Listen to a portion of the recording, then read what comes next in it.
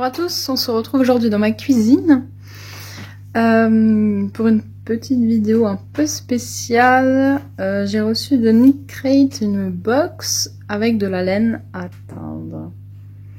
Donc j'ai deux écheveaux avec deux paquets de Kool-Aid. Donc c'est une sorte de colorant alimentaire. Donc j'ai du raisin et cerise. Et je me suis dit que ça serait sympa de faire ça ensemble. Je promets pas que ça fonctionne. Je vais suivre les explications de la vidéo en anglais. Comme ça, si jamais vous n'êtes pas trop à l'aise avec l'anglais, bah vous pourrez faire ça chez vous. Et bah voilà, on va voir ce que ça donne. Hein. Donc, je suis pas une experte, j'ai jamais teint de laine auparavant. J'ai plein de projets et j'aimerais faire des tests. Mais je vous en dis pas plus, ce sera pour une prochaine. Là, on va commencer tout doucement. Dans la vidéo des Knitcrate, ils disent bien que c'est vraiment accessible aux débutants. Par exemple, il n'y a pas besoin de m'ordonner, il n'y a pas besoin de de tout faire tremper dans du vinaigre ni quoi que ce soit, parce que dans les sachets là, il y a déjà de l'acide citrique. Donc, bah allez, c'est parti, on y va. Donc voilà, nous y sommes. Donc je filme avec mon portable, donc ça sera peut-être pas une qualité tout à fait foufou. Donc là, je vais commencer par mettre à tremper mes deux écheveaux. Là, vous voyez, c'est en mode écheveau. Donc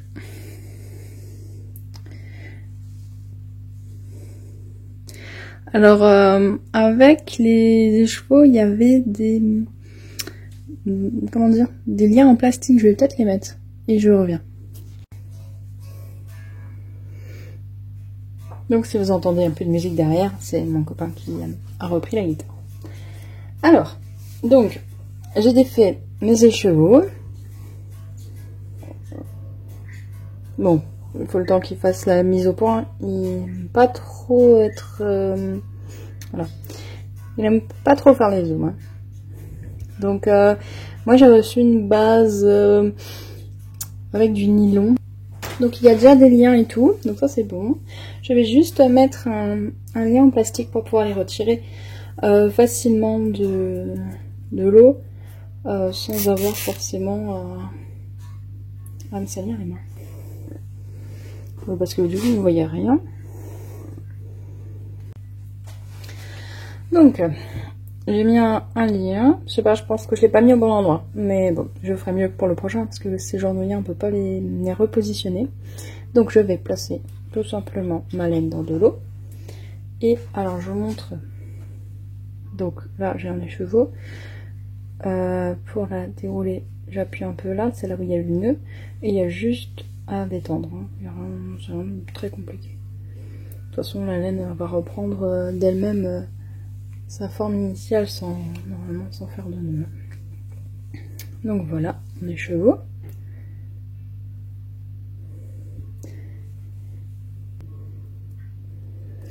Donc, si je centre pas, ça va pas. Hein. Vous verrez que je suis pas une grande pro. Donc voilà, je vais la mettre aussi à tremper. J'appuie un petit peu. Donc j'ai pris de l'eau du robinet, j'ai pas calculé combien d'eau il y avait. Hein. C'est juste pour bien la faire tremper. Hein. Et donc on se retrouve tout à l'heure. En fait, la laine que j'ai, c'est 75% mérino et 25% nylon. Donc c'est un fil parfait pour du fil à chaussettes. Et je sais, je regarde pas au bon endroit. Faut que je regarde là, en fait, et pas là. Mais voilà, comme le retour est là. Bref, ça c'est quelque chose. Alors, je sais plus ce que je voulais dire. Ah oui. En attendant, je me suis fait un petit café.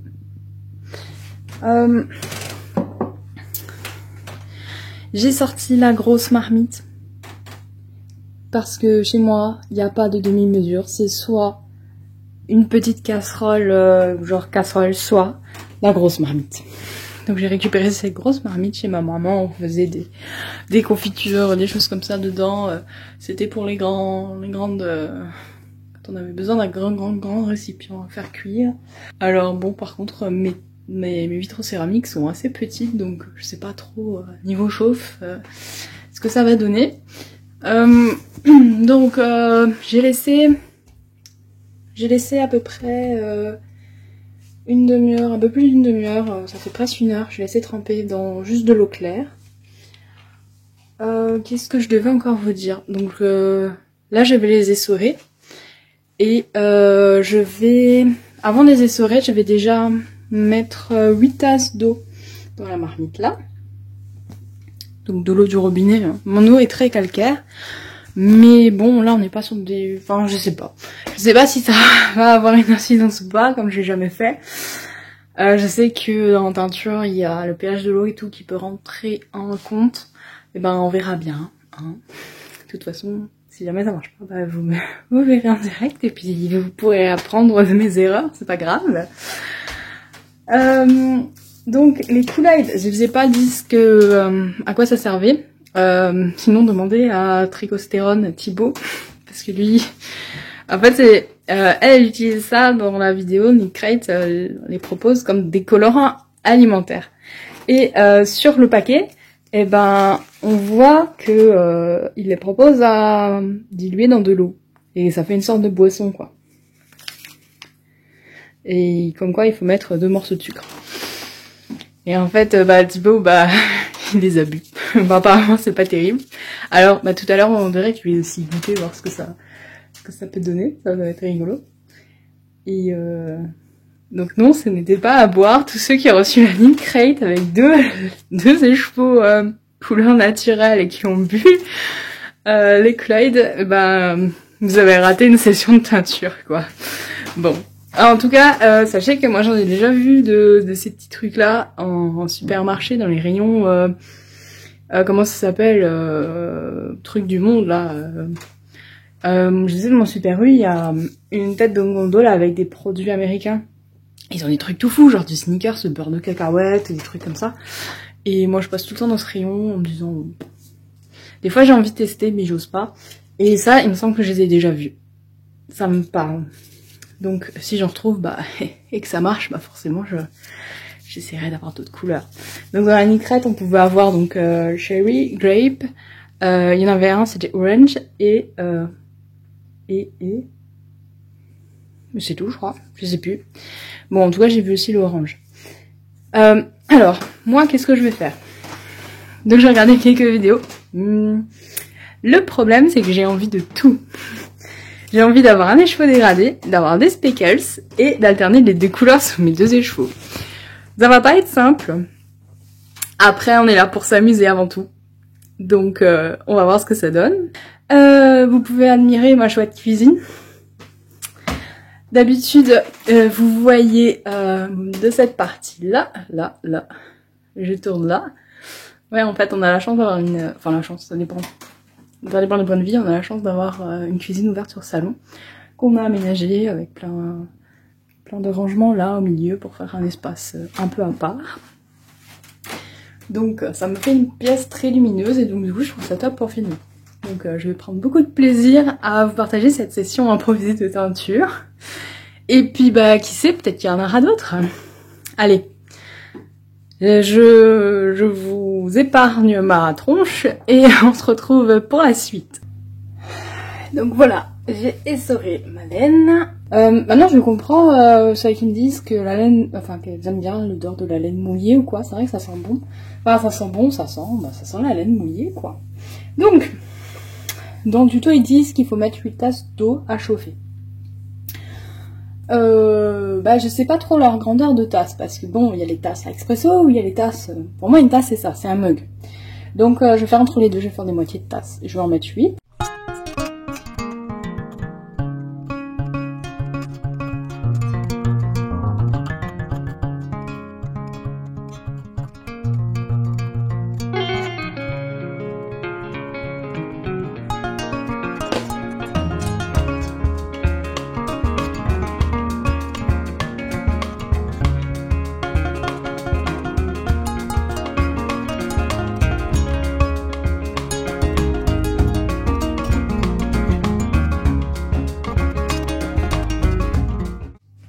Je vais juste préparer un petit ramequin.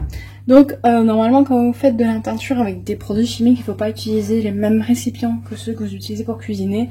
Après là, comme c'est des colorants alimentaires, il n'y a pas de risque, quoi. Donc ça c'est l'avantage, c'est qu'il n'y a pas besoin. C'est pour ça que c'est finalement prévu pour des... Enfin, ça peut être pour des débutants, parce que vous n'avez pas besoin d'avoir plein de matos, que vous allez juste prendre que pour la teinture. Vous pouvez prendre tout ce que vous prenez pour habituellement dans votre cuisine. Donc je vais dissoudre la moitié. Alors mon sachet fait 3,9 grammes. Donc je vais prendre 2 grammes. Ah ça sent... Ah ça sent... Alors je sais pas si vous avez connu, mais moi quand j'allais au collège, il y avait une boulangerie qui vendait des stylos de toutes les couleurs. Et il y avait la marque Uniball qui faisait des stylos qui sentaient. Et il y avait un stylo raisin qui était violet. Et il sent la même odeur que le sachet là de poudre. Hein, c'est de la poudre que j'ai là. Que ça en fait, c'est fou, j'ai eu un souvenir d'enfance qui m'est revenu en pleine face là, c'est impressionnant. Alors, je vais mettre 2 grammes dans mon... Bon, ça va vite, dis donc, 2 grammes. Je vais mettre 2 grammes dans ma marmite. Oh la vache, la couleur, oh, c'est trop beau. Oh purée, vous voyez pas, attendez, je vous montre. C'est tellement beau, ça fait des volutes comme ça, c'est magnifique. Bon, vous voyez le reflet, donc c'est pas terrible. Non, je vais essayer de déposer correctement. Putain, et c'est tout un art hein, de filmer dans sa cuisine, franchement, je pensais pas que ça pourrait être si compliqué. Donc, je vais juste peser ce qui me reste.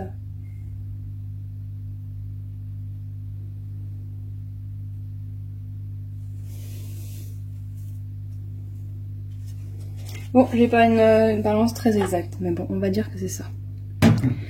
Alors, il est conseillé quand même de travailler avec des gants parce que le colorant reste quand même une bonne journée sur les doigts, d'après ce qu'elle dit.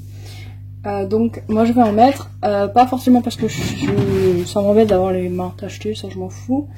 Je vais le faire parce que j'ai les mains super fragiles en ce moment, avec les lavages de mains, la crise Covid et tout ça, il faut souvent se laver les mains. Et mes mains n'aiment pas du tout ça, donc je préfère me protéger les mains. Donc là, vous allez voir à peu près ce qui se passe dans ma marmite. Donc, je vais mélanger avec, on va dire une cuillère. Je vais pas prendre une cuillère en bois, et j'ai pas trop envie qu'elle... j'ai pas vraiment envie qu'elle devienne violette, parce que la couleur elle est vachement puissante quand même. Hein. Donc je vais bien mélanger. Pour que le colorant soit uniforme. Ouais, en fait, finalement, une fois qu'on mélange, ça va. Hein.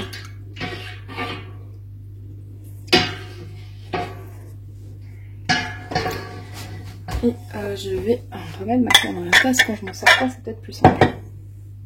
Donc voilà, j'ai mis mes super gants. Je prends le premier écheveau. Je viens tremper le bout, là on va se dire jusqu'à la moitié. Je vais prendre l'autre aussi. Donc là ça va être peut-être un peu plus facile du coup, puisque j'ai mieux fait mon truc. Donc là vous voyez j'ai déjà les couleurs qui sont bien absorbées. Donc là je vais vraiment... Oups, je me suis en train de m'emmêler. Voilà. Je vais bien laisser... prendre la couleur sur le bout là.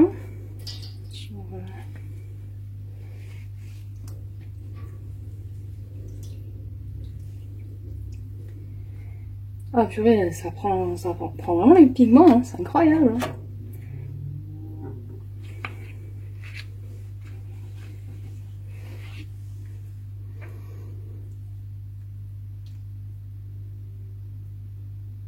Et je vais attendre que tous mes pigments disparaissent de mon dos. Donc là, c'est déjà bientôt bon, hein, je veux dire, c'est assez rapide. Hein. Donc finalement, mon dégradé est pas terrible. Hein. Je pense que ce sera pas trop dégradé. Par contre, j'ai quelques nuances du coup parce que j'ai pas... J'ai pas trop bien... j'ai pas manipulé les fibres pour bien étaler les couleurs. Bon non, bon, écoute, ça donnera ce que ça donnera, parce que j'ai pas d'idée vraiment précise en tête. Donc là, mon nounou, elle est vraiment... elle est toute claire, hein, quasiment. Et je vais réutiliser la même eau pour tout à l'heure. En fait, je crois que je vais pas avoir besoin de chauffer parce que de toute façon, elle ira après avec les speckles au micro-ondes. Je vous expliquerai tout à l'heure. En fait, je vais peut-être...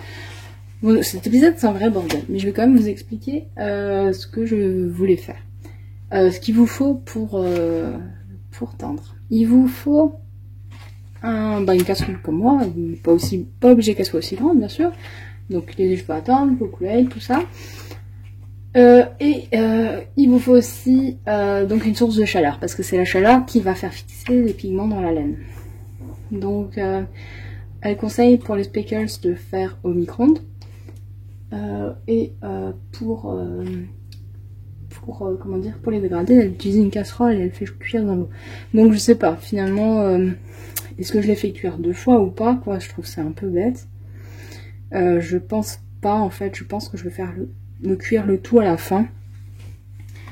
Donc là, on va s'arrêter là pour cette couleur. Je vais, maintenant que mon eau elle est vraiment claire, je vais retirer mes échevaux.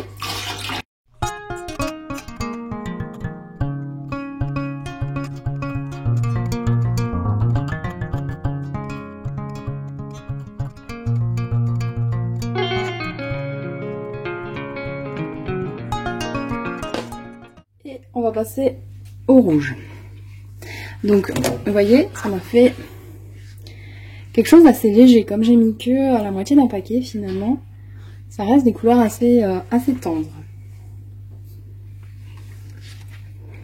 Donc, je vais faire pareil avec le couleur de Chérie. Chérie. Donc, voilà comment ça se présente au niveau composition. Donc c'est Craft Food qui fait ça. Hein. Donc je vais aussi peser 2 grammes si ma balance ne fait pas trop des siennes. Je mets mes pigments dans l'eau. Ça sent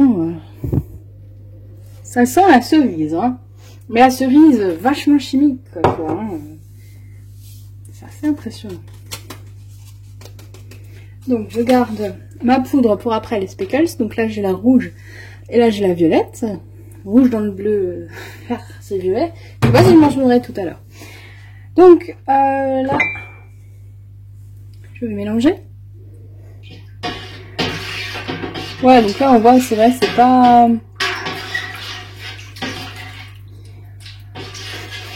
C'est pas hyper concentré, hein, le fait de mettre que la moitié dedans. Ça va faire vraiment des couleurs pastel, mais c'est vraiment pas grave, parce que moi le plus important c'est les speckles. Parce que moi je suis une tarée des speckles. Et ça va être la partie la plus amusante, je trouve. Je reprends mes écheveaux, et cette fois-ci je vais les prendre dans l'autre sens, puisque je veux teindre la moitié restante.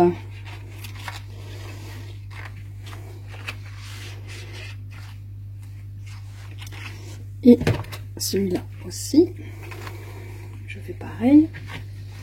Donc je déplace juste mon lien pour que je puisse les manipuler dans l'autre sens. Mon bout des chevaux là-dedans.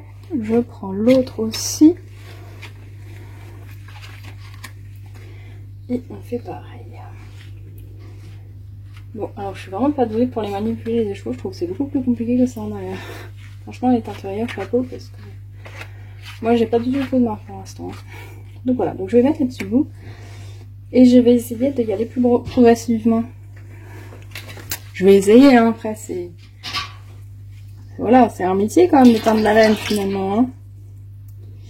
Mais bon, c'est rigolo là, comme ça, à faire dans sa cuisine pour tester. Voilà, je trouve ça vraiment très sympa. Je vais essayer pas de me prendre les cheveux dedans parce que voilà, ça va pas le faire.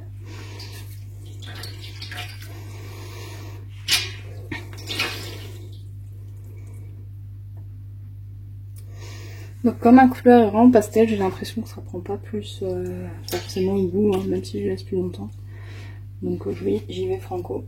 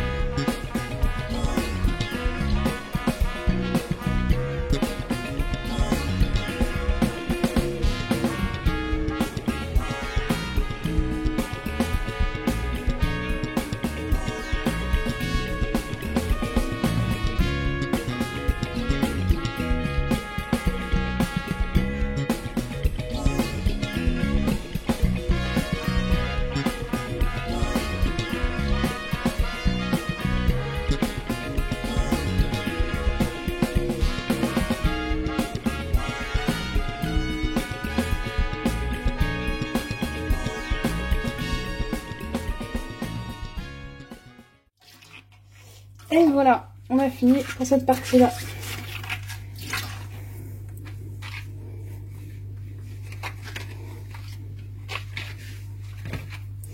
Alors, je vous montre. Voilà ce que ça donne. Alors, je vais plus poser, comme ça je peux vous montrer correctement. Vous avez vu sur mon grille-pain, c'est génial. Alors, j'ai celui-ci.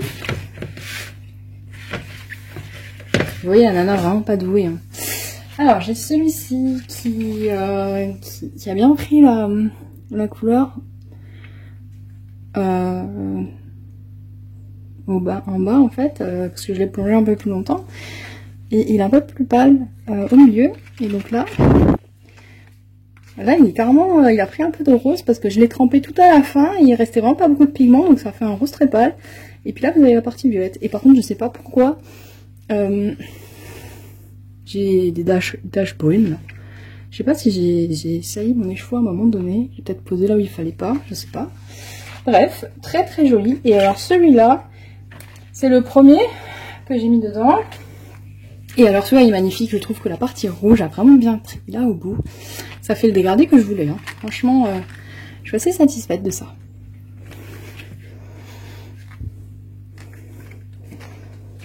Voilà. On va passer à la partie speckles. Donc, je vous montre d'accord, on va passer aux speckles. Donc, j'ai gardé mes poudres. J'ai pris un plateau, mais c'est pas forcément indispensable. C'est juste que j'ai pas beaucoup de place sur cet espace-là. Donc, voilà, j'ai mis ça. Je vais le couvrir de film fraîcheur, là. Des trucs comme ça, là. J'ai commencé à manipuler les écheveaux avec ma main et j'ai déjà du colorant dans les mains. Bon, a priori, ça devrait s'estomper au bout de quelques lavages.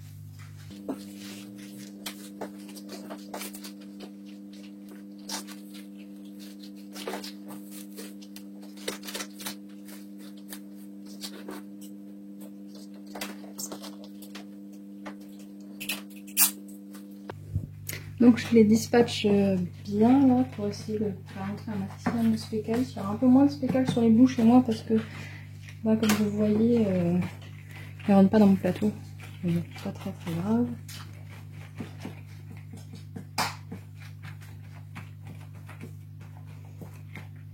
Alors soit je prends mes doigts, soit le problème c'est que mes doigts là ils sont mouillés. Donc il faudra que je me les lave. Je me lave les gants et je reviens. Bon, j'espère que vous verrez bien. J'essaie de cadrer aussi bien que je pouvais. Alors, je vais commencer par le rouge. Et puis, bah, je vais en mettre un peu comme ça. Je vais saupoudrer dessus un petit peu partout.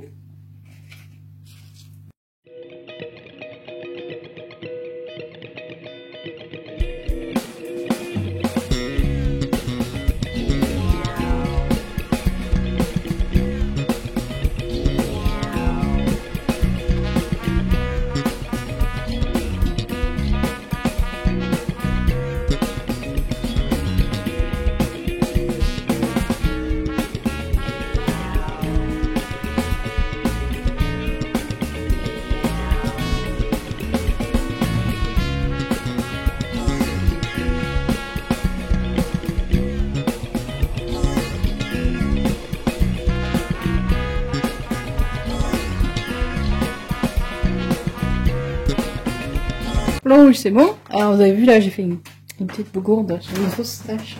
J'ai laissé un petit peu trop de pigment au même endroit, mais c'est pas grave. Ce sera bien quand même. Alors on passe au violet.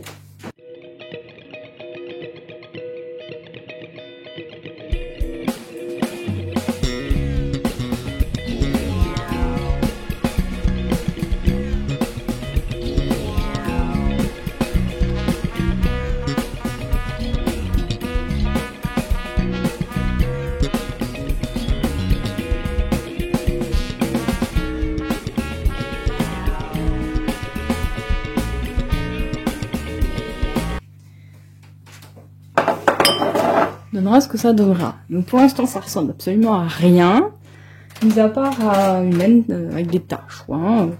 J'ai hâte de cuire ça pour voir ce que ça va donner une fois que ce sera fait. Alors maintenant je vais embobiner tout ça. Enfin embobiner, façon de parler. Je vais faire un wrap avec le papier fraîcheur et je vais le mettre au micro-ondes. Je vous donne les indications.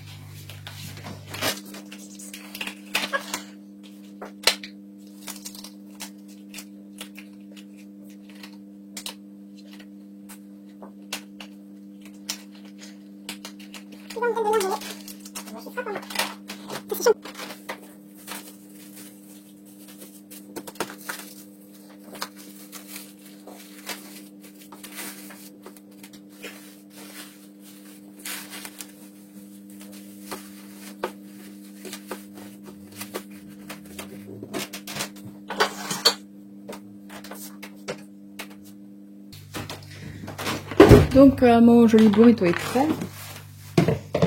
Et il est beau n'empêche, hein. C'est pas mal ces couleurs. Je vais le mettre... je vais le cafétrer un peu là sur le côté parce que ça déborde.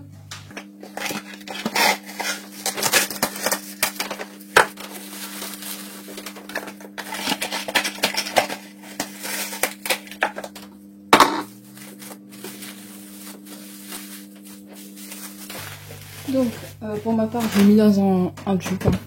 Pour n'importe quel récipient qui va au micro-ondes pourra faire l'affaire, je pense. Hein. Et si vous avez un récipient vert avec un couvercle qui va au micro-ondes, ça va aussi, pas de problème. Donc, je vais le mettre 2 minutes à puissance maximum. Je vais le toucher après les 2 minutes. Je verrai si jamais il est assez chaud. En fait, le truc, c'est qu'il faut que le wrap soit vraiment chaud. S'il n'est pas chaud, c'est que ça n'a pas cuit. Donc, je vais devoir sans doute le retourner et le mettre sur l'autre côté après les 2 minutes et refaire 2 minutes et ainsi de suite jusqu'à ce que ce soit bon. Alors, il en reste un petit peu au fond. Alors, comme promis, je vais essayer de faire la même expérience que Thibaut. Le tricostérone et le boire pour voir si jamais c'est bon. Moi, l'odeur, c'est tellement chimique que moi, ça me vend pas du tout du rêve. Hein. On va voir si ça va me teindre autant la langue que la laine. Bon, on y va?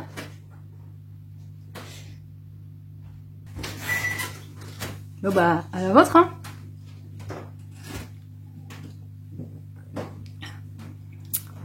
Ouais, alors c'est pas du tout sucré. Après, ouais, c'est chimique, quoi. Hein. Bon, c'est pas immonde non plus. Après, je l'ai peut-être pas dosé non plus pareil, comme il restait qu'un fond, j'ai pas eu beaucoup de poudre au fond du verre. Faut que je teste l'autre quand même pour voir.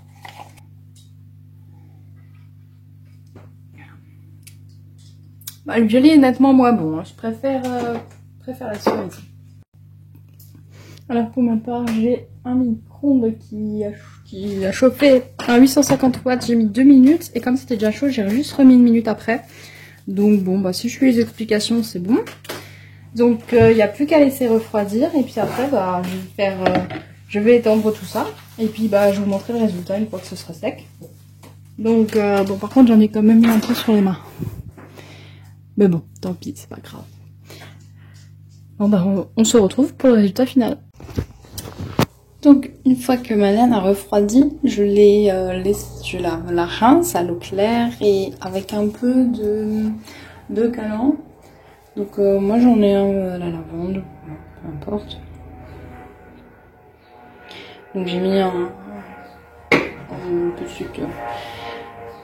petite loupiote dans mon eau.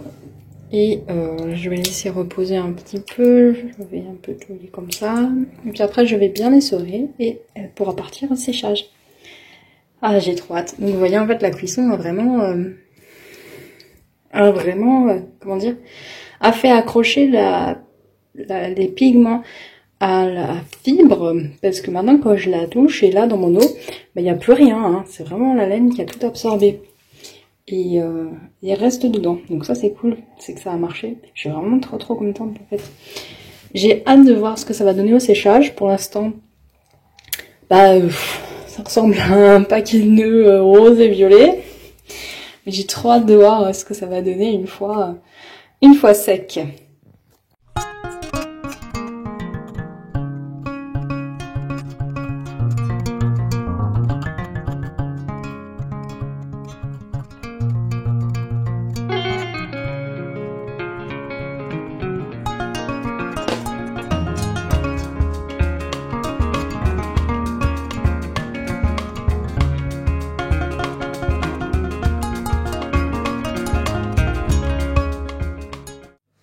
Donc on est au deuxième jour, donc j'ai teint hier. Là j'ai déjà mis en échaud le premier. Il n'y avait pas de nœud ni rien, donc c'était super facile. Et alors j'ai une petite surprise dans mon échaud.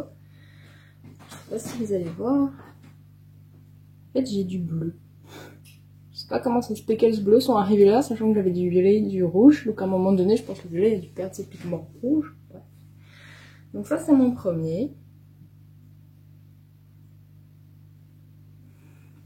Et donc le deuxième est quand même était un peu plus, les liens étaient un peu lâches, donc j'espère qu'il n'y a pas trop de nœuds. Donc on va le mettre en bobine tout de suite, comme ça on verra un peu la différence entre le format bobine et les chevaux, parce que c'est vrai qu'on n'admire pas la teinte pareille dans l'un ou l'autre format.